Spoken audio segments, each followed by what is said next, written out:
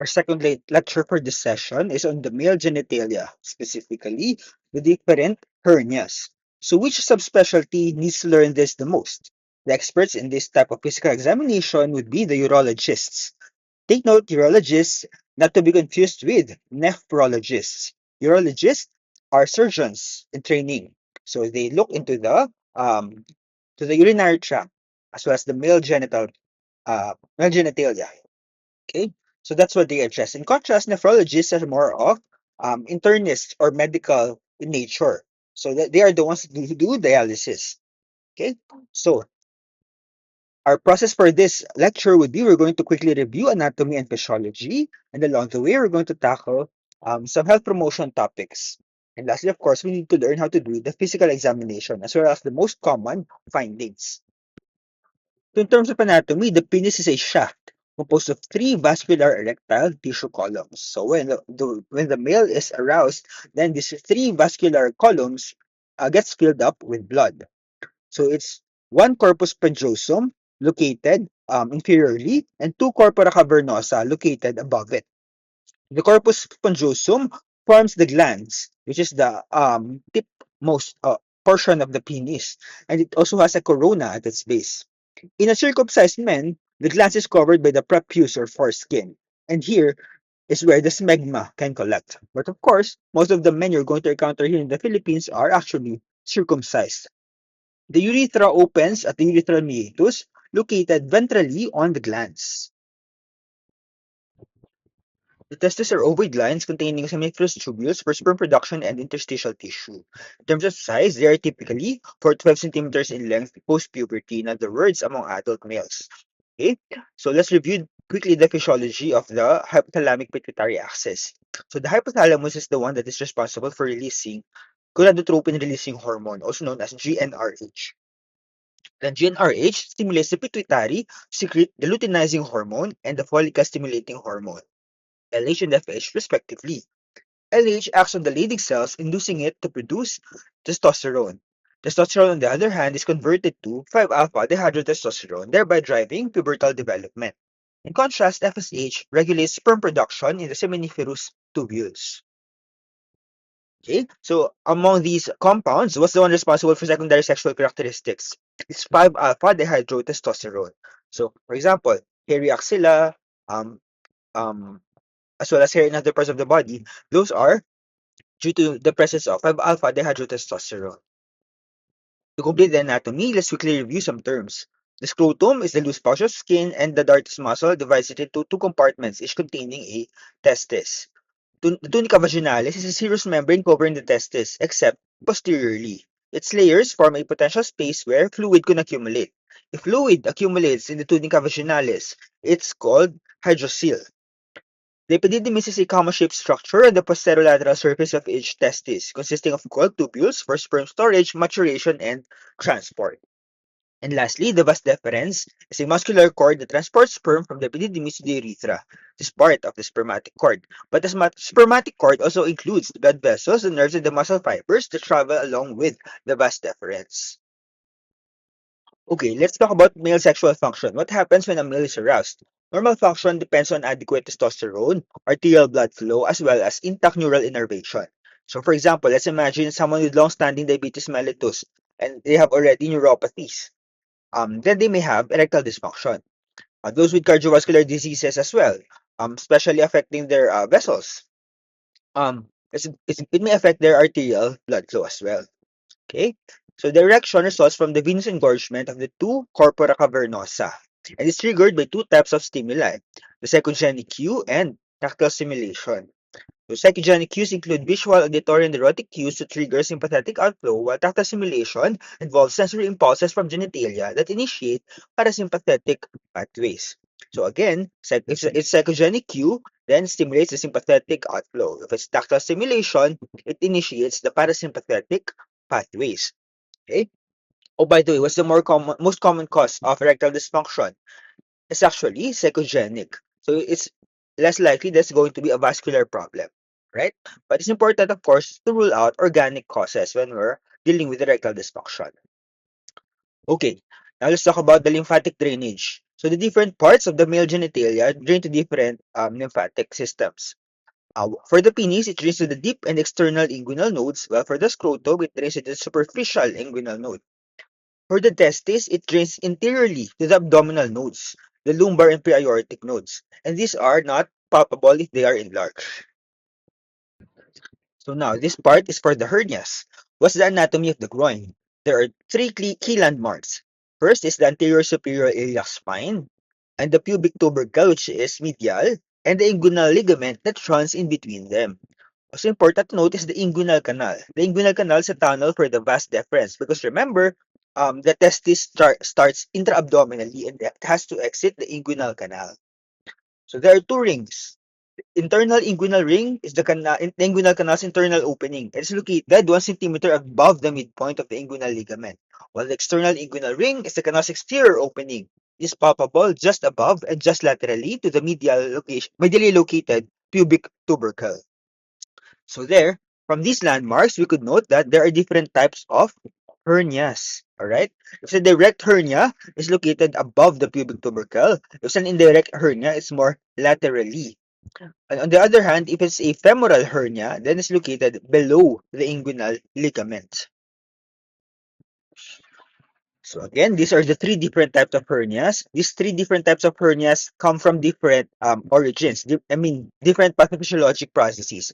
And of course, it also affects different kinds of men and boys. Okay? So for indirect inguinal hernia, it develops at the internal inguinal ring. It's where the spermatic cord exits the abdomen. And this hernia occurs because there's an open channel to the scrotum. It's called a patent processus vaginalis. In contrast, a direct inguinal hernia is located more medially, and this is because of a weakness in the floor of the inguinal canal. It's often associated with older males and is associated with straining and heavy lifting because they increase the intra-abdominal pressure. Lastly, for femoral hernia protrudes through the femoral canal and below the inguinal ligament. They are more likely to present as emergencies because they could cause incarceration of the bowel or even strangulation. So when the bowel or the intestines pass through this femoral hernia, it could cut off the blood supply, leading to necrosis. Therefore, this is a surgical emergency. Now we're done with reviewing the anatomy and physiology. Let's talk about the common concerns or the common complaints of patients during history taking. So you need to ask about sexual health and function, is there any penile discharge or lesions, or if there is any scrotal pain, swelling, or lesions. You also need to ask for the sexually transmitted infections. You need to ask for it in a respectful and non-judgmental manner. Here are some tips for making the sexual history taking less awkward. You should explain your why. So just rationalize it, just give any reason for it. But of course, the most important reason is that we need it in order to provide proper medical care to the patient.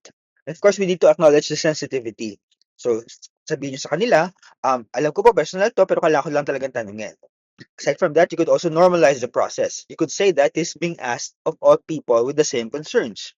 And lastly, of course, you need to affirm the confidentiality. This is just between us. Nothing about this topic is going to be released to anyone else. Right? So those are tips for taking the sexual history. Aside from that, you may also need to ask about sexual orientation and gender identity. And we're going to talk about that in the next slide. So, or sexual orientation and gender identity and expression. Um, is important. You need to reflect within yourself if you have any personal biases and make sure that they do not interfere with your professional response. Because after all, you're a doctor first before having any of these opinions regarding sexual orientation and gender identity. How could you ask for it? You could ask in a neutral way. So you could ask, are you currently dating, sexually active, or in a relationship? How would you identify your sexual orientation? How would you describe your gender identity? And if the patient identifies with the LGBT community, if the patient identifies as gay, for example, then they are already at risk for various health disparities because it has been found that LGBT patients have higher rates of depression, suicide, anxiety, drug use, sexual victimization, as well as risk of HIV and various sexually transmitted illnesses. And we have to be more careful with managing LGBT patients because they have more barriers to care. For example, there are fewer providers who are knowledgeable about the needs of the LGBT. Also, they may have a fear of discrimination in healthcare settings. There may also be patient discomfort in disclosing their own sexual identity, especially if they have experienced discrimination before. And lastly, the clinician themselves may be unprepared to answer questions about fertility, hormonal therapy, or surgery. Okay, so now this goes back to apply to everyone, to all males. So when we're assessing sexual response, it's important to ask for all the phases of sexual response, from libido or desire to arousal or erection and orgasm or ejaculation. For example, for libido, we could ask, how's your desire for sex? For example, those who are depressed with major depressive disorder, they may have low libido, and sometimes they may have what we call anhedonia. They feel unable to be happy again. That may affect their desires, right? Another thing that would affect libido would be endocrine dysfunction. For example, low levels of testosterone. Okay, next. You should also ask about arousal. How are you going to ask for it?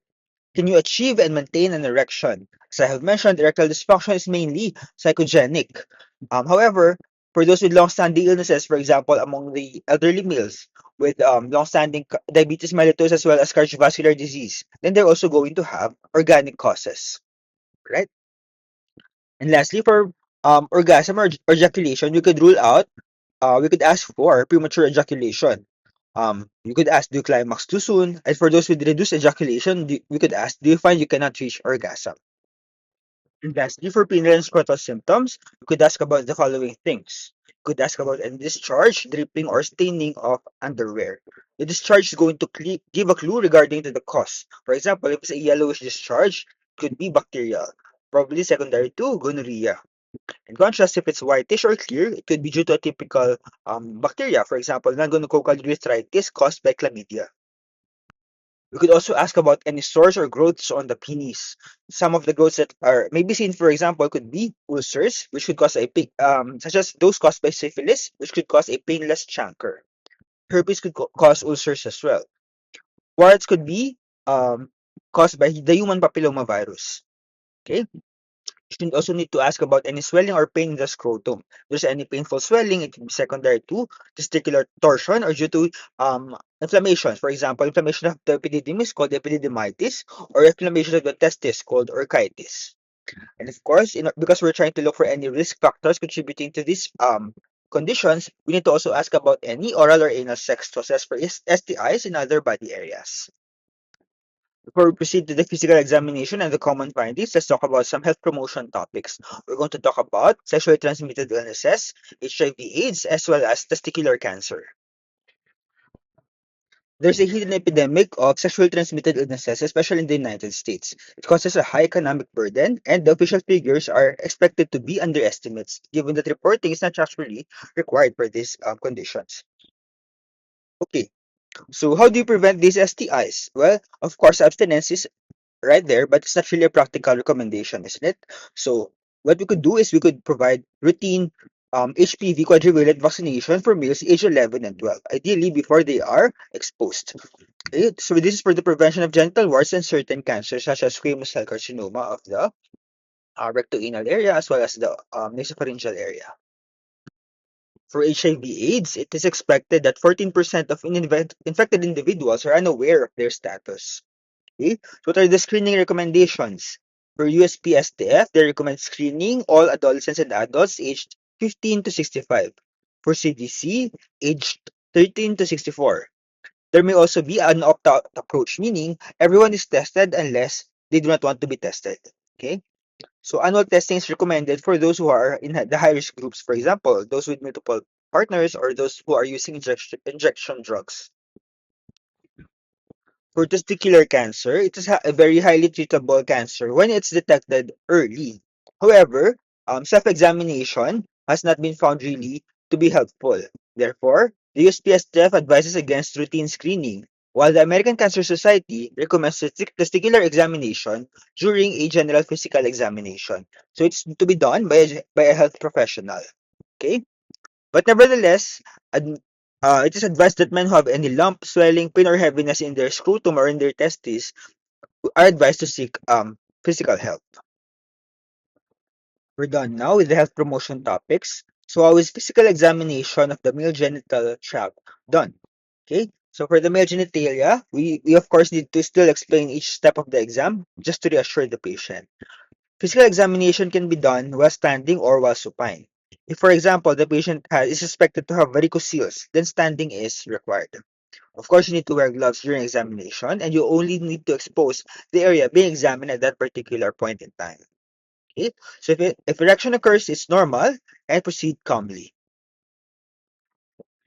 For the penis, we need to do inspection and palpation. We inspect the skin for any excoriation, meaning because of it's itchy and the patient has been stretching. If there's any inflammation. For the prepuce, if it's intact, you need to retract it to check for any chancres or carcinomas because it may be hidden on the inner surface. For the glands, you need to look for ulcers, scars, nodules, or inflammation. While for the urethral meatus, you need to check the location and gently compress the glands to check for any discharge. Okay? So for example, those with urethritis may find it painful. For palpation, you need to palpate the shaft between your thumb and first two fingers. You need to note if there is any induration or hardness. If there's any induration, it could be cancer or stricture of the urethra. Next, for the scrotum, during inspection, you need to lift the scrotum to inspect all surfaces. You're looking for lesions, scars, or rashes. For contours, you need to check for any swellings, lumps, veins, or asymmetry. In the inguinal area, you need to check for erythema or adenopathy. During palpation, you need to palpate each testis and epididymis between your thumb and the first two fingers. The testis should be firm, descended, symmetric, and non-tender. The epididymis feels nodular and cord-like on the posterior surface. You need to palpate each spermatic cord from the epididymis up to the external inguinal ring.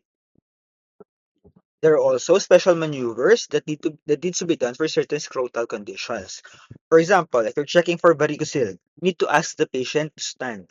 Then palpate the spermatic cord. Have the patient bear down, Valsalva maneuver, or do the Valsalva maneuver for 4 seconds. And a temporary increase in cord diameter could indicate dilated veins. Could also do transillumination. This is checking for hydrocele. So in a darkened room, shine a bright light from behind the scrotal mass. There's a red glow that indicates a fluid-filled swelling, like a hydrocele. If there's a swelling that is caused by blood or tissue, for example, cancer or hernias, it's not going to transilluminate. How about for hernias? How do you palpate for it? Place your index fingertip on the anterior inferior scrotum and invaginate the scrotal skin, moving upward towards the external lingular ring. You follow the spermatic cord up to the ring opening, and then you could ask the patient to cough to increase the intra-abdominal pressure. Feel for any bulge or mass that moves against your finger. If there is, then the patient may have a hernia. You also need to differentiate between incarcerated and strangulated hernia. Okay, if it's reducible, meaning if you can push it back towards the external inguinal ring, then it's okay. But if it's incarcerated, it meaning it cannot be returned, it could eventually be strangulated. Strangulated means that the blood supply is compromised and this is already a surgical emergency. So if the patient wants to do testicular self-examination, how is it to be done? Again, we're not really recommending it because patient skill is not really up to par with medical skill with regards to this examination. But if the patient wants to do so, you instruct them to do this. This is to be performed monthly after a warm bath or shower while standing. Check for any swelling on the scrotal skin in the mirror, then examine each testicle separately. Use one hand to stabilize the testicle and roll the testicle firmly but gently between the fingers and thumbs of the other hand. Locate the epididymis, which is a soft tube-like structure at the back of the testicle. This is, of course, normal. And advise the patient to see the provider immediately if they find any hard lump, swelling, pain, or any other changes. This slide shows the different sexually transmitted infections. So what you need to remember is the lesion and the appearance of the lesion as well as the name for it and the causative agent. For example, genital warts appear as papules or plaques. They may be flat, pointed, or cauliflower-like, and they are caused by human papillomavirus. In contrast, the genital herpes simplex appear as vesicles on the glans or shaft. They are caused by the herpes simplex virus type 2 or HSV2. Okay, so for syphilis and chancroid, it's important that we do not confuse them because syphilis causes a chancre, a painless chancre, while chancroid is painful. Also, the cause of primary syphilis is the organism Treponema pallidum, while the cause of chancroid is Haemophilus ducreyi. Hypospadia is the displacement of the urethral meatus. Remember, the urethral meatus should be at the end, near the glands. But if there is a meatus at the interior surface or the inferior surface of the penis, then that's called a hypospadia. In Peyronie disease, there is a hard plaque under the skin, usually in the dorsum, causing the erection to be crooked as well as painful. If there, for cancer of the penis, there may be an indurated nodule or ulcer that is usually non-tender. Okay? Any non-healing penile sore is suspicious for cancer. Hydrocele is a non-tender fluid-filled mass within the tunica vaginalis. I remember we could use the transillumination test to verify if it's a collection of fluid. A scrotal hernia is an indirect inguinal hernia in which the herniated portion is already within the scrotum. You cannot palpate above the mass because it is attached. Let's quickly go through some of the other abnormalities. Descriptorchidism, in which the testes have failed to descend. Therefore, it's located outside the scrotum. It can remain inside the inguinal canal, for example. Acute orchitis is inflammation of the testis. It could be inflamed, painful, tender, and swollen. You could see it with other viral infections such as mumps. Okay? A small testis could be Klinefelter syndrome. Also, it could be atrophy. However, if it's small and firm, it's Klinefelter syndrome. If it's small and soft, that's atrophy. Okay? Tumors of the testis appear as painless nodules. The testicles may feel heavier than normal. A spermatocyst is a painless movable mass just above the testis. It also transilluminates. In contrast, a varicocele are varicose veins in the spermatic cord, usually on the left. They feel like a soft bag of worms and they collapse when the patient is supine.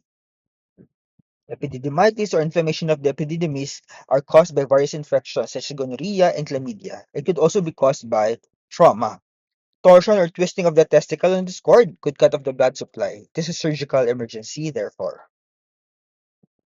Okay, so again, before we end, what are the three different types of hernia? Indirect inguinal, direct inguinal, and femoral. The most common of all of this is the indirect inguinal hernia. It's above the inguinal ligament near the midpoint, okay, but in the internal ring. While the direct inguinal is less common and they are more commonly found among men who are older, more than 40 years old. It's above the inguinal ligament and near the pubic tubercle. In contrast, the femoral hernia is below the inguinal ligament and are actually more common among women. This is how we record our findings. Circumcised male, no penile discharge or lesions, no scrotal swelling or discoloration, testes descended bilaterally, smooth and without masses. Epididymis is non-tender and no inguinal or femoral hernias. If there are any abnormal findings, for example, you could write uncircumcised male, prepuce easily retractable, no penile discharge or lesions, no scrotal swelling or discoloration, testes descended bilaterally, right testicle smooth, 1 by 1 centimeter firm nodule on the left lateral testicle, is fixed and non-tender, epididymis non-tender, no inguinal or femoral hernias. That's it for our lecture on the male genitalia.